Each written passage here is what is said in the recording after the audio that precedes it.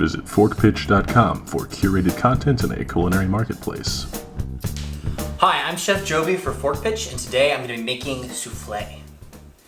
Souffle has a reputation as one of the most temperamental and bratty desserts that you can make in a kitchen, and people oftentimes think it's impossible to make and only the best of pastry chefs can make it. It's very temperamental, and I'm not going to pretend it's not, but if you follow a few key steps, you really shouldn't have too many issues with souffle. As a chef, I am all about the savory. I really don't like doing baking. I don't really like doing pastry too much. I like making souffles. And the reason is they're very simple and they impress and they give that really huge wow factor. So I'm going to be making an 86% dark souffle today. I've prepped a couple things. One is a ramekin, and the ramekin is filled with sugar and butter. So the butter is rubbed in to make sure nothing sticks, and then you put the sugar coating on top to add a little bit of flavor to the souffle. And then I've used an 86% mix, as I said, and that's because the chocolate is going to give this chocolate souffle all its flavor. So you really want to use a high quality chocolate, and you don't want to just use whatever chocolate chips you have lying around. You want to splurge, and you want to get that really, really nice chocolate because it's really going to lend itself to its souffle. Souffle has another part that's very tricky to it, and this is really where the trick of souffle comes into, and it comes from this, which is the egg white mixture and the egg yolk mixture. They need to be separated, and then the egg whites need to be whipped up into this fluffy thing where they hold their peaks. And most recipes for souffle will tell you to have these like very light, stiff peaks. I find that if you do that, the souffle falls and you don't get that lovely texture and that lovely rise. So I like to do my egg yolks at more of a medium to hard peak with a little bit of sugar mixed in, which I'm going to do right now. So these are 6 egg yolks. This is 21.4 bars of chocolate, or for layman's term, just 8 ounces. I had to do the math on that. This is 4 tablespoons of sugar, and this is 6 egg yolks. And the sugar is going to go into the egg whites here, and just mixing it in slowly and making sure it incorporates. And I have this little weird half spatula, half whisk thing that was given to me. And generally I don't like weird hybrid tools, but it's kind of the best thing I've ever found for just dealing with egg whites in general. So I like to keep it around for when I'm doing egg white based dishes or making eggnog or something similar. Now that the sugar is going to go into the egg whites here, and you have to move really fast with souffles. You don't want your egg yolks to fall. You don't want this chocolate that has been melted in a double broiler with half a stick of butter, which I did over there on the stove. You don't want that to get too cold, or else you're gonna really lose the flavor and it's not gonna come together correctly and rise. So you have to move really fast when you're doing souffle. So I'm gonna add the salt into the egg yolks here, just a pinch, and then I'm going to add the egg yolks into the chocolate. And the reason I didn't add the salt beforehand is the salt can denature the proteins in the egg yolks. And so whenever you're doing baking, always less is more, so just incorporate with quick strokes, but don't add a ton in at the same time. You want to make sure everything's going to incorporate smoothly and evenly. So it's more important to make sure that you're doing things correctly and doing it in small batches. Plus, small batches are easier to incorporate and will actually save you time in the long run. And you can see as the egg yolks are being set in, you want to make sure, first of all, that the egg yolks, the chocolate mixture is not hot enough that it's going to cook the egg yolks. You don't really want scrambled eggs in your souffle. But you also want to make sure it's warm enough where the egg yolks are going to incorporate correctly and it's not going to just be 2 separate mixtures. This is a lovely glossy color now, and now I'm going to start incorporating the egg whites into it. So I'm just going to take a scoop of the egg whites at a time, about half of the batch here. And then I'm going to incorporate the other half later. And so just fold them in and be very gentle on the folding. When you whip egg whites, what you're doing is getting a lot of air into them. And that gives them structure. It's going to give the souffle structure. It's going to give the souffle height. It's going to let it puff up. If you do not fold gently and you just mix this very, very brutally, you'll kill all of that air you worked so hard to whip into.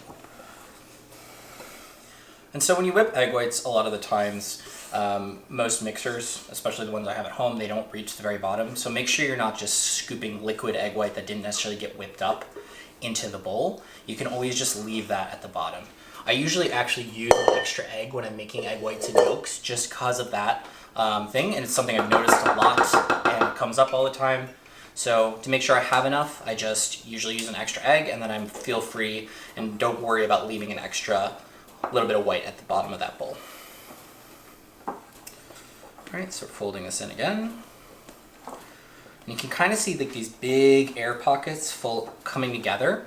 And it's just a slow rotation. You don't want to crush that. You just want to go nice and slow and bring it all together. So once the mixture is nice and homogeneous and you can see that it's all one color, you're going to push them into the ramekins. For this particular recipe, I brought out 8 ramekins. I'll be honest, this is my first time using them of this size, so I don't know if we're going to get 8, or I might have to butter and sugar some more, or maybe we won't get 8, but it's going to be interesting. So 8 worked out pretty damn good. For a souffle especially, you want to make sure that the cups are filled to the top, so you get that really nice effect. And then the thing I'm going to do here is, a warning for a little bit of noise, I'm going to bang these down to make sure that they're settling and none of the air bubbles are underneath. And that's going to make sure that they rise properly. And you can see already, a bunch of the air came out just from that banging. And another thing that's really good with souffle is you just take your finger and you make sure that that rim on the ramekin is around. And that allows air to penetrate at the bottom and make sure that the souffle is going to puff up really nicely. And I'm going to do that for all 8 of them. All the souffles have been leveled out. I got one monster souffle, and this was just because I didn't really want to waste any of the batter. So we're going to see. That'll probably turn out nice. It might fall over in the oven, which is okay too. It'll still be delicious, but the rest of the souffles are really going to be the ones that have that beautiful rise. These are going to go into an oven. I have it preheated to 400 degrees. And for souffles in particular, the big thing about them is you need the steam in the oven to make them rise and make them beautiful and puffy. So when I put them into the oven here, I'm going to move really quickly because I don't want that oven heat to escape. And then I'm going to drop the heat down to 375. And the reason it's at 400 is because when I open the oven, you lose about 50 degrees of heat, and you need them at 375 to rise properly. And then once they're in the oven, it's going to be about 9 to 15 minutes, depending on just how much puff they need. But more importantly, you cannot open the oven door. The number one reason that a lot of souffles fail is people open the oven door and they let all the steam that is built up in the oven out, and that is what makes your souffles puff. So you have to be patient, and if you're going to check them, turn your oven light and just kind of lean down to do it. It's been 12 minutes since the souffles went into the oven, and I'm going to pull them now. And as you can see, they have risen beautifully. They have a lot of air in them. They have a beautiful texture. This one especially is really cool. And that was the one that I overfilled. So that tells me in the future with this, I can actually fill the ramekins even more to get that gorgeous height and just really, really cool texture. And you see the sugar rim too that was put in the ramekins is also gonna add like a nice crunch to it. And so I'm gonna try one of these out right now.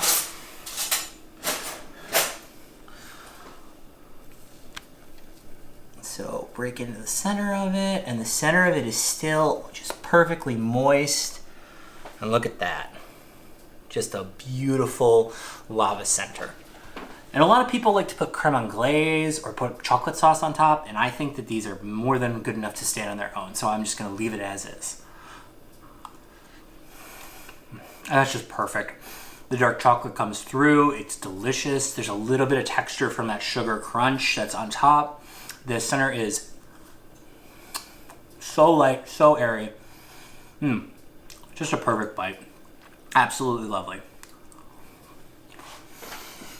I'm Chef Joey for Fork Pitch, and this one has been Souffle.